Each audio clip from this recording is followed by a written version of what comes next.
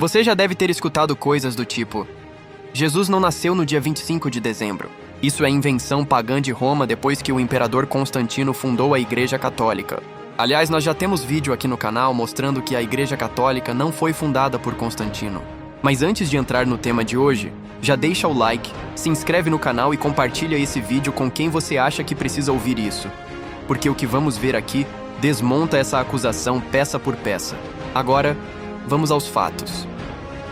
A ideia de que o Natal é apenas uma adaptação de festas pagãs não se sustenta quando a gente analisa a Bíblia, a história judaica e os testemunhos dos primeiros cristãos. E o ponto de partida precisa ser o Evangelho de São Lucas. Em Lucas capítulo 1, nós lemos que Zacarias, pai de João Batista, estava exercendo seu ministério sacerdotal no templo quando recebeu a visita do anjo Gabriel. O texto é muito claro. Zacarias pertencia à classe de Abias. Isso não é um detalhe decorativo. Pelo contrário, isso é uma informação histórica e cronológica extremamente precisa. Para entender isso, precisamos voltar ao Antigo Testamento, mais especificamente a 1 Crônicas, capítulo 24. Ali, o rei Davi organiza os sacerdotes em 24 turnos, que serviriam no templo de Jerusalém ao longo do ano litúrgico judaico. Cada turno servia por cerca de uma semana, 2 vezes por ano. E no versículo 8 de 1 Crônicas 24, nós lemos explicitamente: a 8ª sorte saiu para Abias, ou seja, Abias era o 8º turno sacerdotal. Agora vem a parte decisiva. Esses turnos não começavam em janeiro. Eles começavam após o mês de Nisan, que corresponde aproximadamente a março-abril no nosso calendário, logo depois da Páscoa judaica. Quando fazemos o cálculo histórico, levando em conta as festas maiores como a Páscoa e o Pentecostes, nas quais todos os sacerdotes serviam juntos, chegamos à conclusão de que o turno de Abias acontecia por volta do final de setembro. Portanto, quando Lucas diz que Zacarias estava no templo exercendo seu ministério quando o anjo anunciou o nascimento de João Batista, ele está situando esse evento no final de setembro. Lucas ainda diz que depois de concluir seu serviço, Zacarias voltou para casa e Isabel, sua esposa, concebeu. Ou seja, João Batista foi concebido no final de setembro. E agora entra outro detalhe decisivo que muitas pessoas ignoram. No mesmo capítulo 1 de Lucas, o anjo Gabriel aparece novamente, desta vez à Virgem Maria, e diz algo fundamental. Isabel, tua parenta, concebeu também um filho na sua velhice, e este já é o 6º mês daquela que era chamada estéril.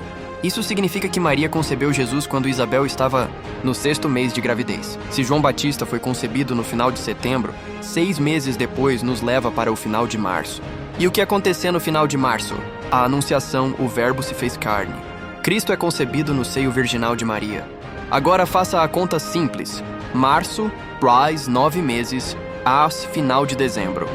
Portanto, a partir exclusivamente da Bíblia, usando Lucas 1 e 1 Crônicas 24, chegamos a uma conclusão extremamente coerente.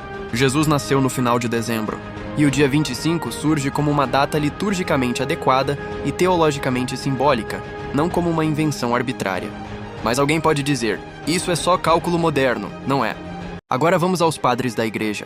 No início do século III e muito antes de Constantino, Santo Hipólito de Roma escreve, em seu comentário sobre Daniel, que o nascimento de Cristo aconteceu no dia 25 de dezembro. Isso por volta do ano 204 d.C., ou seja, mais de um século antes do cristianismo ser tolerado no Império Romano. Hipólito não estava tentando cristianizar uma festa pagã. Ele simplesmente transmitia uma tradição que já existia na Igreja. Além disso, havia entre os primeiros cristãos uma antiga convicção teológica. Grandes profetas morrem no mesmo dia em que foram concebidos. Com base nessa tradição, muitos cristãos antigos acreditavam que Jesus foi concebido no mesmo dia em que morreu, ou seja, 25 de março, data tradicional da crucificação. E novamente, 9 meses depois, 25 de dezembro. Isso aparece em autores como Tertuliano e mais tarde em Santo Agostinho.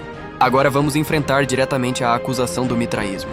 É verdade que existiam festas pagãs associadas ao solstício de inverno, como o Sol Invictus, mas a cronologia não ajuda os críticos. As celebrações cristãs do nascimento de Cristo não surgem depois dessas festas, mas paralelamente, e muitas vezes antes. Além disso, o cristianismo não tinha poder político para impor festas nessa época. E mais, os cristãos não estavam interessados em adaptar o culto pagão. Eles eram perseguidos justamente por se recusarem a participar dele. A acusação de que o Natal é uma cópia do paganismo ignora completamente a Bíblia, a tradição judaica, os escritos patrísticos e a própria lógica histórica. O que realmente aconteceu foi o oposto. Cristo foi proclamado como o verdadeiro sol da justiça, a luz verdadeira que vence as trevas. E não porque a igreja precisava disso, mas porque Cristo é isso. Portanto, quando alguém diz que Jesus não nasceu no dia 25 de dezembro, essa pessoa não está sendo mais histórica, está sendo menos. Porque os dados bíblicos, os cálculos históricos e os testemunhos patrísticos convergem para a mesma conclusão. O nascimento de Cristo no final de dezembro não é mito, não é invenção romana e não é paganismo disfarçado. É fé enraizada na história. Se esse vídeo te ajudou, deixe seu like, se inscreva no canal e compartilhe com quem ainda acha que o Natal é só uma cópia pagã. Aqui a gente não defende opinião, a gente defende a verdade.